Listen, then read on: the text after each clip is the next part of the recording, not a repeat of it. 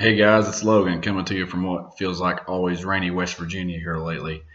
Actually, fresh off of a teacher strike, and this kind of goes with what we're talking about here with policies and laws that affect teaching. We just fought a bill in our state that an overwhelming number of teachers and even administrators in education felt like would have hurt students, would have hurt the future of students, future teachers, and was disguised as a bill that would actually help and actually would have given teachers a pay raise. But we felt like everything else in the bill would actually hurt our students, and we felt like we were doing the right thing by trying to kill the bill. Anyways, I'm going to talk to you about No Child Left Behind.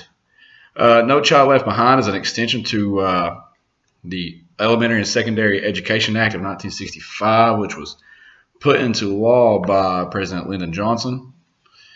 No Child Left Behind was signed into law by George Bush. I actually remember when this was signed into law, I was 11 years old. That feels like forever ago now. But, here I am now, 28 years old, and this truly affects everything I have to do with teaching and being in the classroom. No Child Left Behind requires teachers and schools to test students in grades 3 through 8 and once in high school. And I'm not sure exactly how it is in other states, but in West Virginia, we test 11th graders. We test juniors. Also, other subgroups of students, which include special education, English learners, students who the English is not a first language for them. English learners are actually required to test all 4 years of high school, not just one. Some instances, those students who come from low-income families who have a high poverty rate, live in a horrible economy, are able to receive special accommodation for testing, along with these special education students, racial minorities, the EL students, the English learners. With No Child Left Behind, schools are monitored and they are under what they call AYP, which is adequate yearly progress. If students fall below the adequate yearly progress for 2 years or more in a row, the state basically moves in. And that actually happened with my high school that I teach at several years ago before I started working there.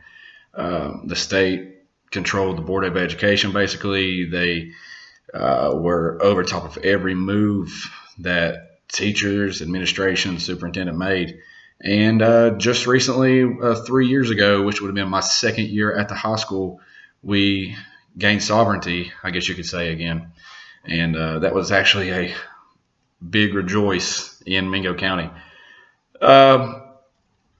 With No Child Left Behind, the way it affects teaching, and I get this from a lot of colleagues and peers of mine, teachers tend to feel like they have to teach a test. They don't feel like they get to teach content. They don't feel like they get to go into depth of what their content really is.